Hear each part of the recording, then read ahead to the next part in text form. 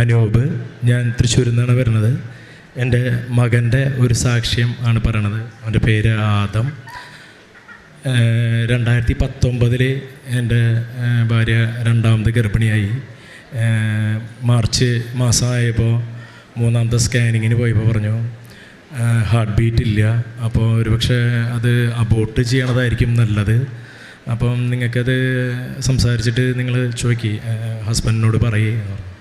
അപ്പോൾ എൻ്റെ വൈഫ് പറഞ്ഞു നമ്മൾ അബോർട്ട് ചെയ്യണ കേസ് എൻ്റെ ഭർത്താവിനോട് ഞാൻ ആൾ സമ്മതിക്കില്ല, നമുക്ക് മുന്നോട്ട് പോവാം, അപ്പോൾ നമുക്ക് നോക്കാം എന്ന് പറഞ്ഞു. അപ്പം അങ്ങനെ നിങ്ങൾക്ക് ഉറപ്പുണ്ടെങ്കിൽ നിങ്ങൾ മുന്നോട്ട് പോക്കോ, കുഴപ്പമില്ല. അപ്പോൾ ഞാൻ വിചാരിച്ചു ചെറിയ ഹോസ്പിറ്റലിലാണ് ഞാൻ ആദ്യം കാണിച്ചത്. അപ്പോൾ ഇനിയിപ്പോൾ അവിടുത്തെ വല്ല ഇഷ്യൂസാണെന്ന് വിചാരിച്ചിട്ട് ഞാനിവനെ കുറച്ചുകൂടി വെയിറ്റ് ചെയ്തു. 5-ാം മാസമായപ്പോൾ ഹാർട്ട് ബീറ്റ് മാത്രമല്ല കിഡ്നിക്ക് വീക്കുണ്ട്. അപ്പോൾ നിങ്ങൾ എന്തായാലും ഈ കൊച്ചിനെ അബോർട്ട് ചെയ്യണതായിരിക്കും നല്ലത്.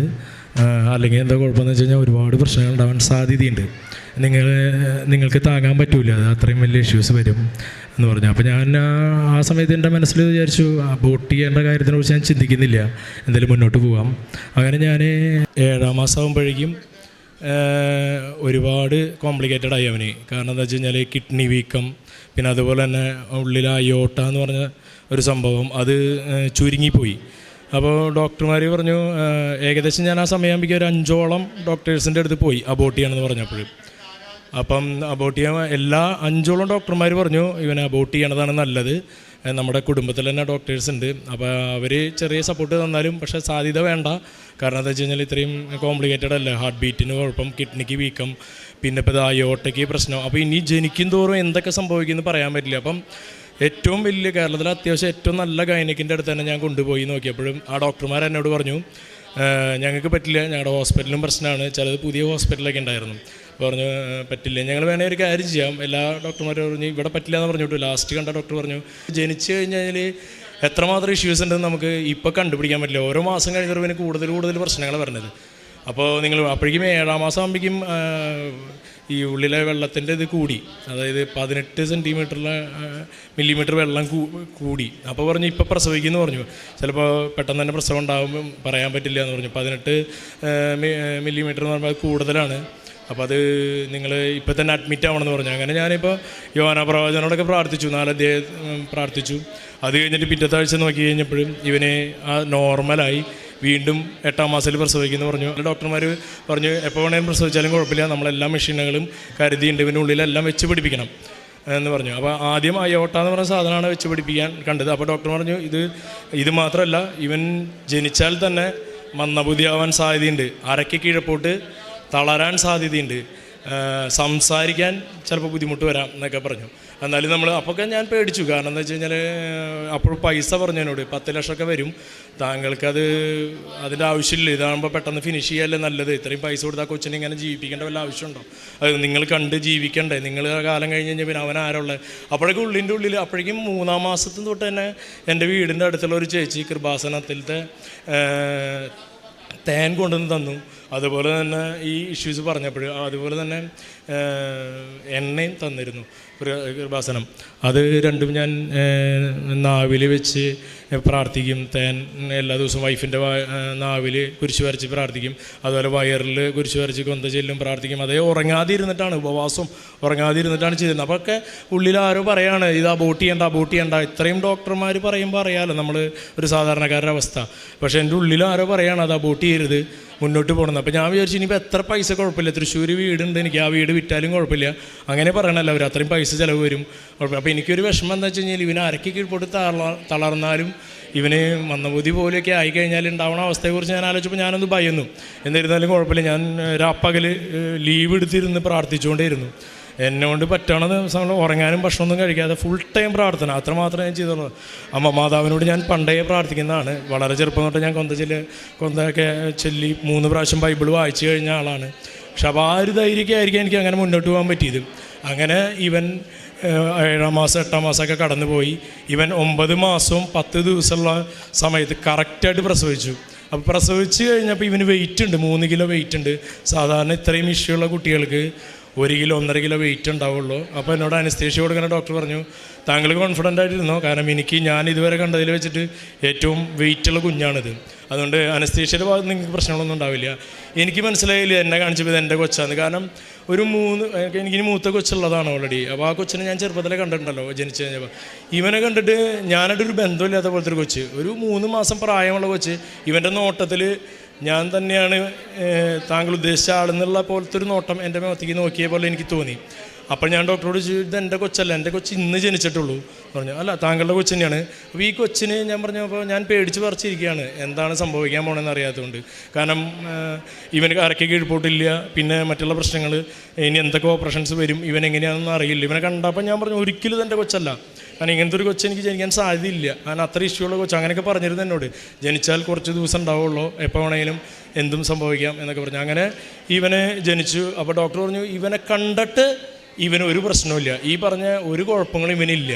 ഇവൻ്റെ അതുവരെ ഇവൻ്റെ സ്കാൻ ചെയ്തപ്പോഴൊക്കെ പറഞ്ഞു അയോട്ട ചുരുങ്ങിയിരിക്കുക, അപ്പോൾ ജനിച്ച അന്ന് തന്നെ നമുക്ക് ഇവനെ ഓപ്പറേഷനിലേക്ക് മാറ്റണം, മെഷീൻ വെക്കണം, അല്ലെങ്കിൽ അരക്കി കീഴ്പ്പെട്ട് പെട്ടെന്ന് കംപ്ലയിൻറ്റ് വരുമെന്ന് പറഞ്ഞു. അങ്ങനെ ആ സ്കാൻ ചെയ്തിട്ട് ഇവനെ ജനിച്ച് ആദ്യം തന്നെ ഞങ്ങളൊന്നും തന്നില്ല, നേരെ സ്കാൻ ചെയ്യാൻ കൊണ്ടുപോയി. ഇപ്പോൾ ഇവന് അങ്ങനെ ഒരു പ്രശ്നമില്ല, നോർമലി ഒരു കുഴപ്പം ഈ കൊച്ചിന് കാണാനില്ല. അപ്പോൾ എനിക്ക് സന്തോഷമായി. തിരിച്ച് ഇവനെ ലിഫ്റ്റ് ഇറക്കി താഴോട്ട് വരുന്ന സമയത്ത് ഇവൻ വായകോടെ ഇങ്ങനെ പത വന്നുകൊണ്ടിരിക്കുക. അപ്പോൾ എനിക്കത് അറിയില്ലല്ലോ എന്താണെന്ന്, ഞാനും അങ്ങനെ കണ്ടിട്ടില്ലല്ലോ. അപ്പം പത വരണുണ്ടപ്പോൾ ഡോക്ടർ പറഞ്ഞു, പെട്ടെന്ന് തന്നെ ഇമ്മീഡിയറ്റ് നമുക്ക് NICU കൊണ്ടുപോകണം, കൊച്ചിനെന്ത് ഇഷ്യൂ ഉണ്ടെന്ന് പറഞ്ഞു. അപ്പോൾ ഞാൻ വിറച്ചു, കരഞ്ഞു. അങ്ങനെ ഇവനെ കൊണ്ട് ചെന്നപ്പോൾ പറയാണ്, ഇവന് അന്നനാളമില്ല, അത് പ്രശ്നമാണ്. ഇവന് അയോട്ടയ്ക്ക് പ്രശ്നമില്ല, അയോട്ട നോർമൽ, ഒരു കുഴപ്പമില്ല.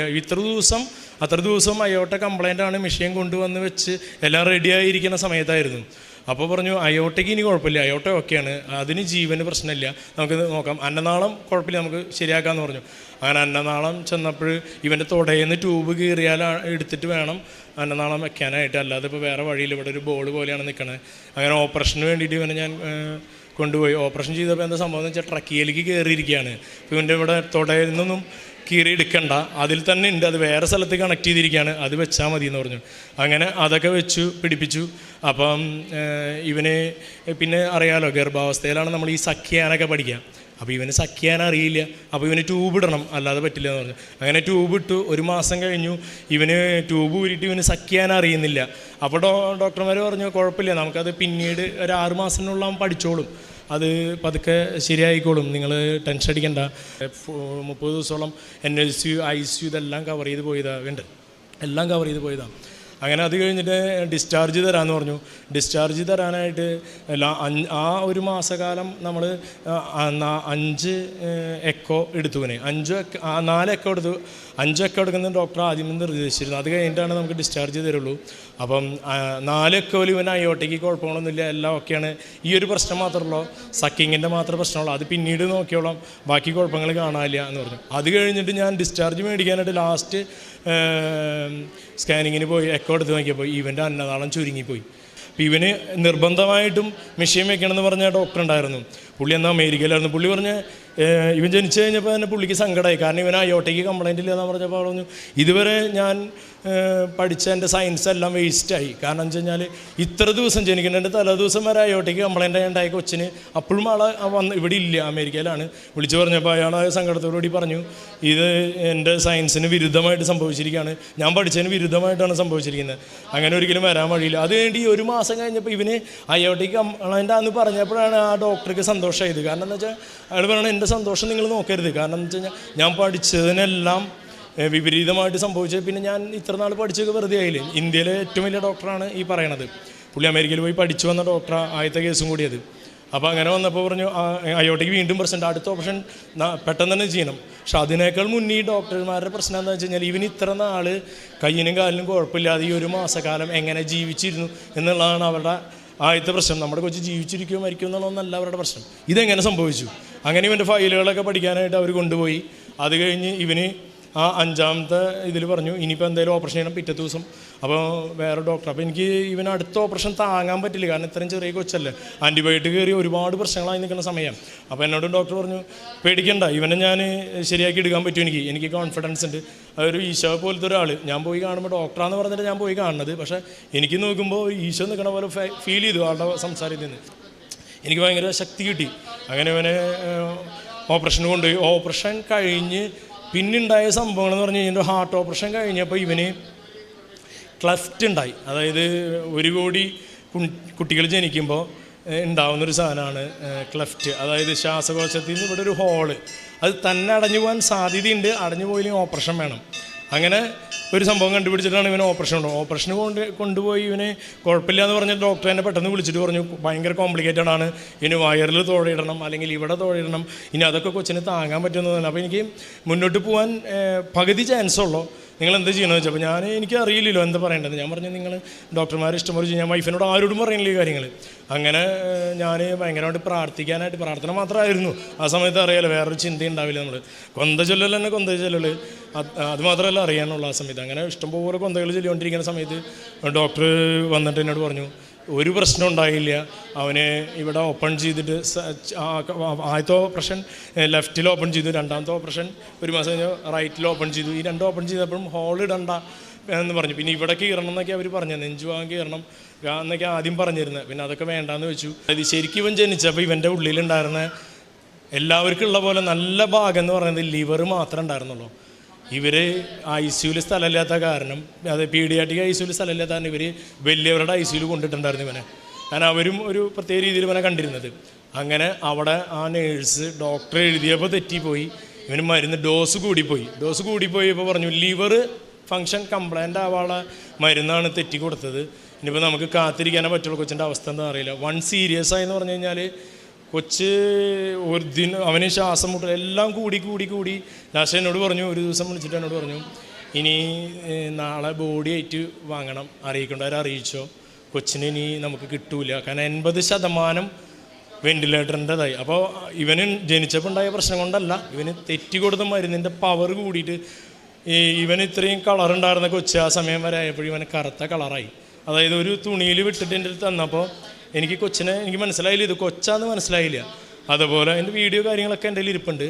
അപ്പം ഞാനാ പേടിച്ചു പോയി.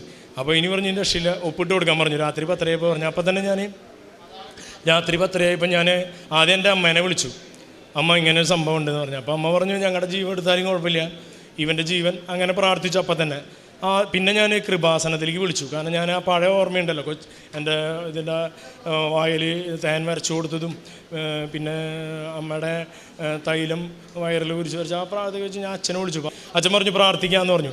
അങ്ങനെ എന്നോട് 12 മണിയായപ്പോൾ എന്നോട് പറഞ്ഞു ഞങ്ങൾ വെൻറ്റിലേറ്ററിൽ നിന്ന് ഒരു സ്റ്റെറോയിഡ് കുത്തിവെക്കാൻ പോവുക, 99% കൊച്ച് മരിക്കാനാണ് സാധ്യത, അപ്പം നിങ്ങൾ ഒപ്പിട്ട് തരാൻ പറഞ്ഞു. അപ്പോൾ ഞാൻ പറഞ്ഞു എൻ്റെ മകൻ്റെ മരണത്തിന് ഞാൻ തന്നെ ഒപ്പിട്ട് കൊടുക്കണ ഒരു ഗതികേട്. ആ സമയത്ത് ഇങ്ങനെയൊന്നും അല്ലായിരുന്നു, എനിക്ക് സംസാരിക്കാനോ ഒന്നിനും പറ്റുന്ന, കയ്യും കാലൊക്കെ വിറച്ചു പോയി, ഒന്നും ഇല്ലാതെയായി പോയി. ഞാനില്ലാത്ത സമയം വൈഫിനോട് പറയാൻ പറഞ്ഞു. 10:30 എന്നോട് പറഞ്ഞു 12 മണിക്ക് ഒന്ന് ഒപ്പിട്ട് കൊടുക്കണം എന്ന് പറഞ്ഞു.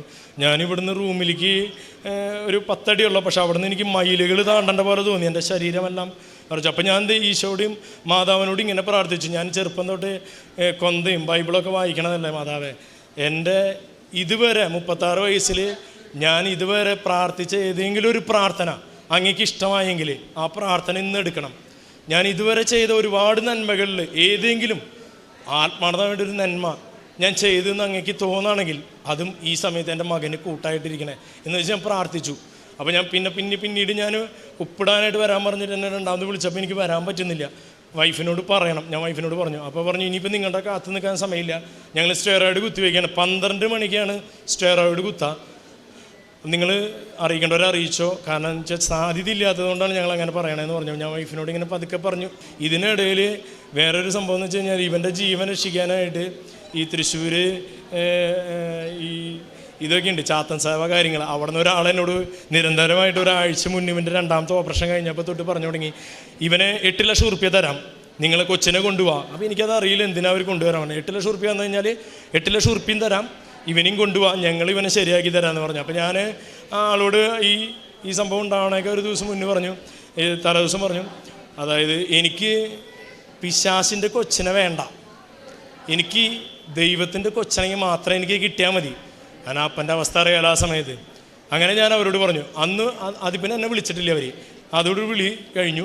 പിറ്റേ ദിവസമാണ് ഈ സംഭവം ഉണ്ടാവുന്നത്, കൊച്ചു മരിക്കുമെന്ന് പറയുന്നത്. അപ്പം ഓട്ടോമാറ്റിക്കായിട്ട് എൻ്റെ മനസ്സിൽ തോന്നി ദൈവമേ, ഒരു ഞാൻ ഇത്രയും സ്ട്രോങ് ആയി നിന്ന് ഇത്രയും ഇതായി നിന്ന് ഇത്രയും കാലം ഞാൻ ഉപവസിച്ച് പ്രാർത്ഥിച്ച് ഈ 13-ാമത്തെ ദിവസം തൊട്ട് 3 പ്രാവശ്യം ഓരോ ദിവസം ഓരോ അധ്യായം വായിച്ച് ബൈബിൾ തീർത്ത് എൻ്റെ ഗതികേട് ഇങ്ങനെയായി. പക്ഷെ അപ്പോഴും എനിക്ക് ദൈവത്തോട് ഞാനൊന്നും പറഞ്ഞില്ല. കാരണം എന്ന് വെച്ച് കഴിഞ്ഞാൽ അത് ശരിയാവുമെന്ന് മാത്രം വിചാരിച്ചു. അങ്ങനെ സ്റ്റെറോയിഡ് കൊടുത്തു. അപ്പോൾ പിന്നെ ഇവർ എന്നോടൊന്നും പറയുന്നില്ല. ഞാൻ എനിക്ക് മനസ്സിലായി കൊച്ചു പോയി. അതുകൊണ്ടാണല്ലോ ഇവർ പറയുന്നത് അതുവരെ ആ പൈസ അടയ്ക്കുക ഈ പൈസ അടയ്ക്കുക, അപ്പോഴേക്കും 10-15 ലക്ഷം അടയ്ക്കണം. നമ്മൾ ഓരോ ഈ സമയത്തും പൈസ അടച്ചാൽ മാത്രമേ ഇവർ ചെയ്യുള്ളൂ കാര്യങ്ങൾ. അതങ്ങനെയാണല്ലോ ഏത് ഹോസ്പിറ്റലാണെങ്കിലും. അങ്ങനെ പിന്നെ എന്നെ വിളിക്കുന്നില്ല. വിളിക്കാതെ ആയി കഴിഞ്ഞപ്പോൾ എനിക്ക് സങ്കടമായി. എൻ്റെ കൊച്ചിന് എന്തോ സംഭവിച്ചു. ആ 5:30 ആയപ്പോൾ എന്നോട് ഒരു ഡോക്ടർ വന്നിട്ട് പറഞ്ഞു എന്ത് സംഭവിച്ചതെന്ന് അറിയില്ല, അവന് സ്റ്റെറോയിഡ് അടിച്ച് 12 മണി കഴിഞ്ഞപ്പോൾ 3 മണിയായപ്പോൾ നമ്മൾ വെൻറ്റിലേറ്റർ ഊരാൻ വേണ്ടി നിൽക്കുന്ന സമയത്ത് 80% എന്നുള്ളത് 79%, അതായത് 1% കൂടി ഇവന് ശ്വാസം എടുക്കാൻ പറ്റുന്നുണ്ട്. അതായത് ഒരു ശതമാനത്തിൻ്റെ വ്യത്യാസം വന്നിട്ടുണ്ട്.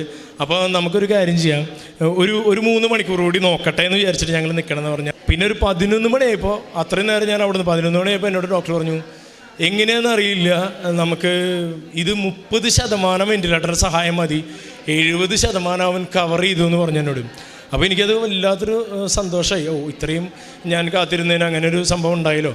അത് കഴിഞ്ഞിട്ട് പിന്നെ കൊച്ചിനെ എൻ്റെ കൊണ്ടുവന്ന് തരുമ്പോഴാണ് ഈ അവസ്ഥ. അതായത് കൊച്ചിനെ കാണാനില്ല. അപ്പോൾ ഞാൻ വിചാരിച്ചു ഇവർ വെറുതെ പറയായിരിക്കും. കാരണം ഇവനെല്ലാം കഴിഞ്ഞു. അതായത് ഇവന് ഒന്നിനും പറ്റാത്ത അവസ്ഥ. അതായത് ഒരു മോശം പോകുന്ന ഏരിയയൊക്കെ ഇങ്ങനെ തൂങ്ങി കിടക്കായിരുന്നു. അതായത് മനുഷ്യ കുഞ്ഞല്ലാത്തൊരവസ്ഥയിൽ കറുകറുത്ത കളറായിട്ട് എൻ്റെ കയ്യിൽ തന്നു. അതായത് എല്ലാം എണ്ണാൻ പറ്റും നമുക്ക്, എല്ലാ ഭാഗങ്ങളും എണ്ണാം. കണ്ണെല്ലാം പുറത്തേക്ക് പോയി.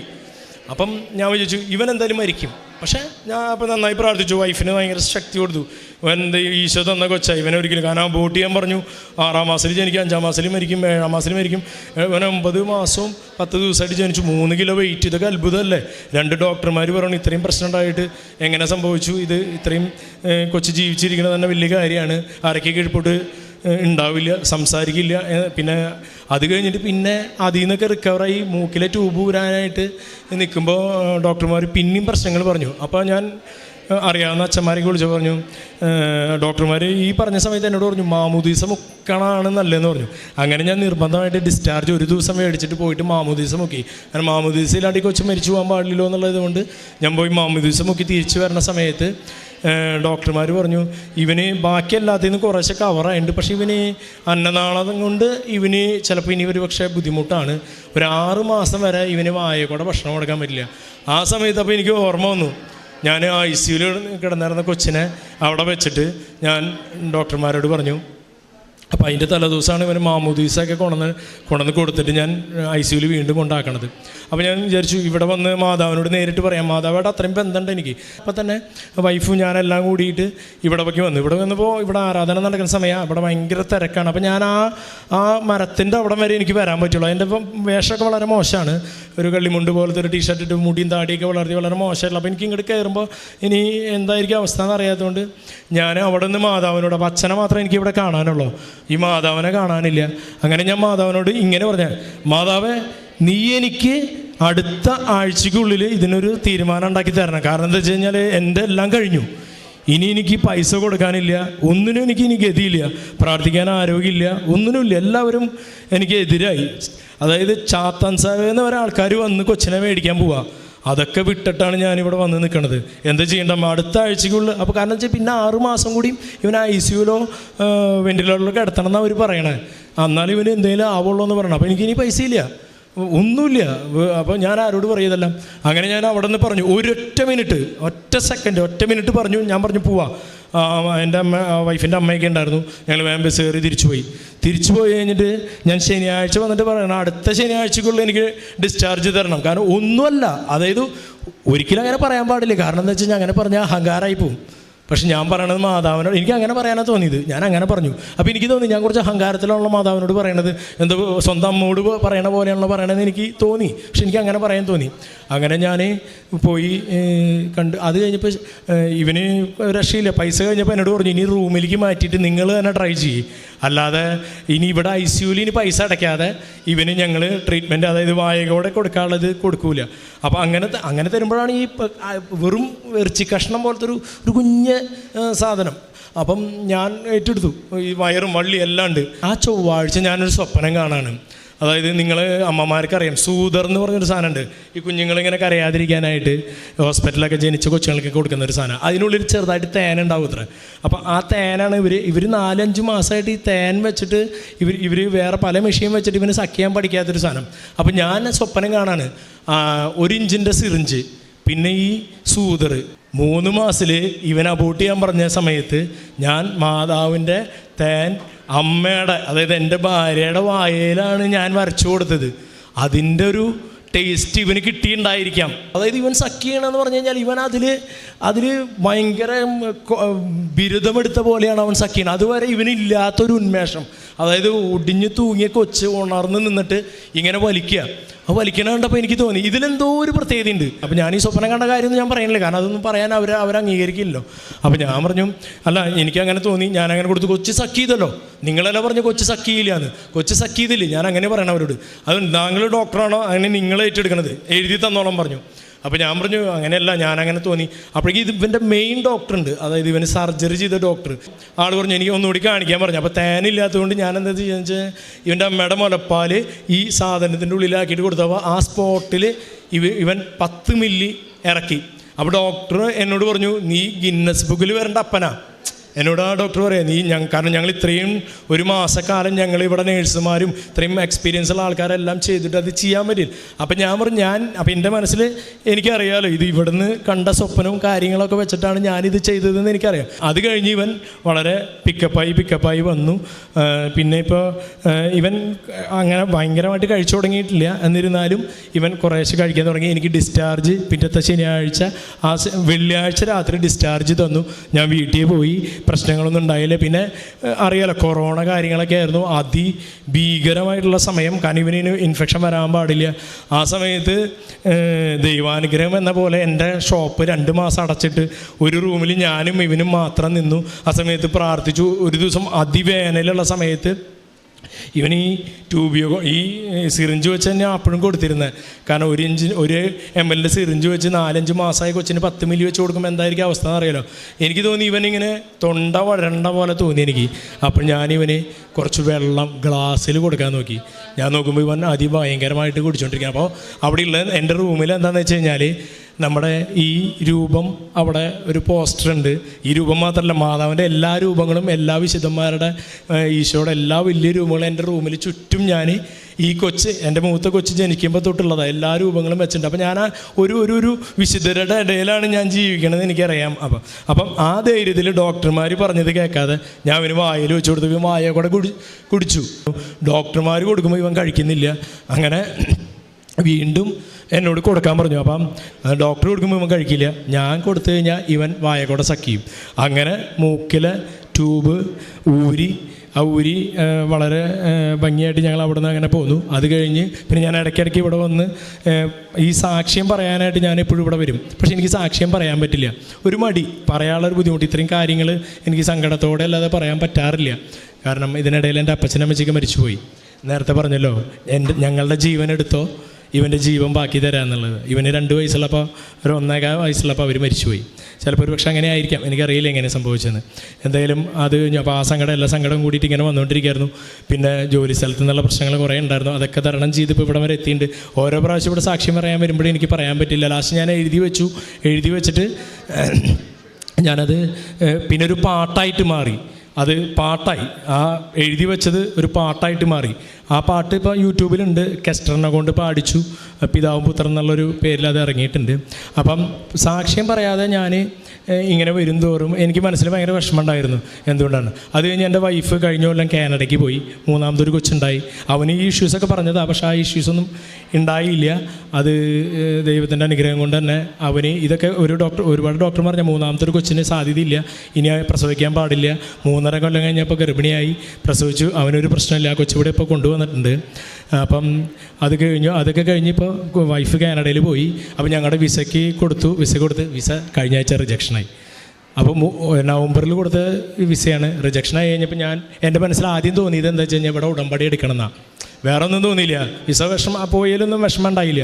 ഉടമ്പടി എടുക്കണം. ഞാൻ ഇന്നലെ വന്ന് ഇവിടെ ഉടമ്പടി എടുത്തപ്പോൾ ഞാൻ വിചാരിച്ചു എന്തായാലും സാക്ഷ്യം പറയാനുള്ള ഒരു മാനസികാവസ്ഥ ഞാൻ വിചാരിച്ചു, ഞാൻ പാട്ടായിട്ട് ഇറക്കിയിട്ടുണ്ടല്ലോ സാക്ഷ്യം, അത് മതിയായിരിക്കും എന്ന് വിചാരിച്ചിട്ട് ഇത്ര നാൾ അങ്ങനെ വെച്ചിരിക്കുകയായിരുന്നു. അപ്പോൾ ഞാനിവിടെ ഈ അച്ഛൻ്റെ ഇവൻ്റെ തലയിൽ കൈ വെച്ചൊന്ന് പ്രാർത്ഥിക്കാൻ വേണ്ടി ഞാൻ ഇങ്ങനെ വന്നപ്പോൾ ഇവിടുത്തെ ബ്രദർ പറഞ്ഞു, അതെന്ത് ഇത്ര വലിയ അനുഗ്രഹം കാര്യങ്ങളൊക്കെ കിട്ടിയിട്ട് എന്തുകൊണ്ടാണ് സാക്ഷ്യം പറയാത്തത്?